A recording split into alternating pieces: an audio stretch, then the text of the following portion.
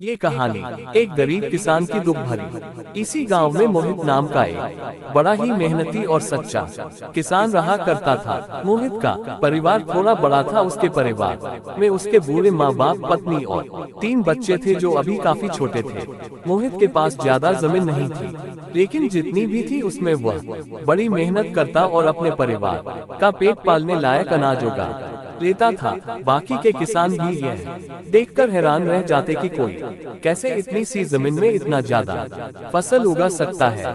2 वर्षों गांव में काफी ज्यादा बारिश हुई, जिसके चलते कई किसानों की फसलें बर्बाद हो गई, जिनमें से एक मोहित भी था। अब मोहित धर्म संकट में पड़ गया, क्योंकि उसके परिवार में उसके अलावा कोई और कमाने वाला था नहीं और अपने परिवार को भूखा मरते हुए वो देख नहीं सकता था। वह जानता था कि इस गांव में अगर कोई उसकी मदद कर सकता है तो वह वही घमंडी सेठ है जिसने गांव के कई अन्य गरीब किसानों को या तो कर्जा दिया है या तो अपने यहाँ काम पर रखा हुआ है। हाथ पर हाथ धरे बैठे रहने के बजाय उसने इस सेठ के पास जाने का फैसला किया और एक दिन उनके पास पहुँच गया।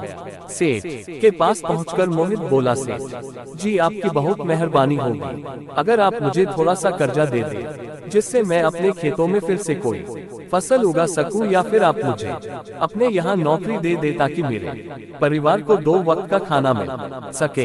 घमंडी सेठ को उसकी इन बातों से कोई मतलब था नहीं, लेकिन गांव के सारे लोगों की तरह वह भी यह जानता था कि मोहित कितना मेहनती है और वह जिस भी खेत में काम करेगा वहां वह दोगुनी फसल उगा सकता है। सेठ ने सोचा, अगर मैं इसे पैसे उधार देता हूं तो शायद यह स्थिति में नहीं है कि मुझे वापस लौटा सके, लेकिन अगर मैं इसे अपने खेतों में काम करवाता हूं तो मुझे जरूर दुगना फायदा होगा। सेठ मोहित से बोला, देख भाई, पैसा तो मैं तुझे दूंगा नहीं और मेरे पास अभी खेतों में काम करने के लिए कई किसान पहले से मौजूद है, लेकिन तुझ पर तरस खाकर मैं तुझे अपने खेतों में नौकरी देता हूँ, पर मैं तुझे इसके लिए ज्यादा पैसे नहीं दूंगा।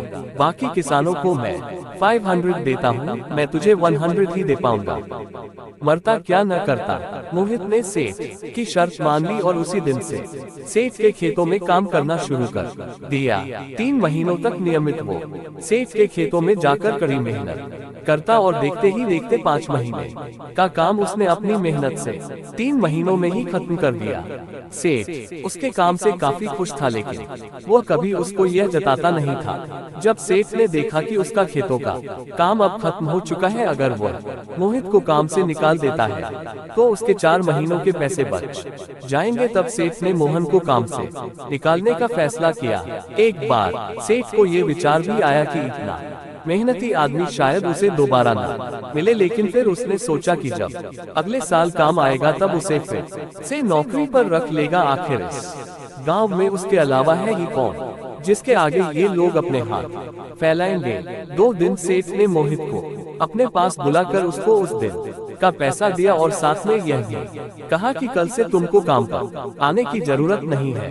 अब मेरे पास तुम्हारे लिए कोई काम नहीं बचा है। जब मेरे पास काम आएगा तो मैं तुम्हें बुला लूंगा। यह सुनकर मोहित का दिल बैठ गया। पिछले 4 महीनों से कम ही सही उसके बच्चों और परिवार के पेट में अन्न का दाना जा तो रहा था, अब वह क्या करेगा। यही सोचकर उसकी आंखों से आंसू निकल आए। मोहित ने सेठ के पैर पकड़ लिए और गिड़गिड़ाने लगा, सेठ जी मुझे इस काम की बहुत जरूरत है, मुझे मत निकालिए। अपने मतलब से मतलब रखने वाला सेठ तस से मजना हुआ। उसने खरी खोटी सुनाकर मोहित को वहाँ से चलता कर दिया और मन 4 महीनों की तनख्वाह बचने से खुश होने लगा।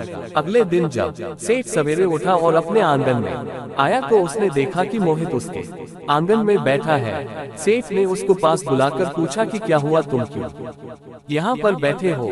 मोहित बोला, सेठ जी मुझे वापस काम पर रख लीजिए। आप जानते ही हैं मेरी आर्थिक परिस्थिति कैसी है, थोड़ी दया कीजिए। उम्मीद करते हैं कि आपको यह कहानी पसंद आया होगा।